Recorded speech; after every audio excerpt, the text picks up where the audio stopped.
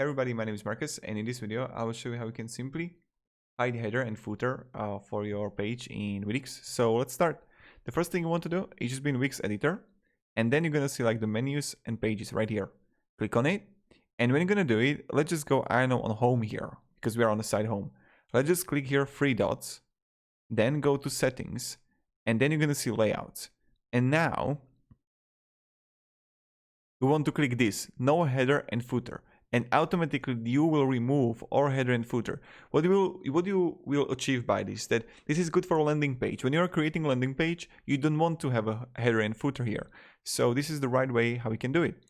And that's pretty much it. So thank you very much everybody for watching. If you have any questions, guys, ask me down in the comments. I'll be really happy to help you and provide you some guidance and stuff like that. You know how it goes, you know how it works, and yeah.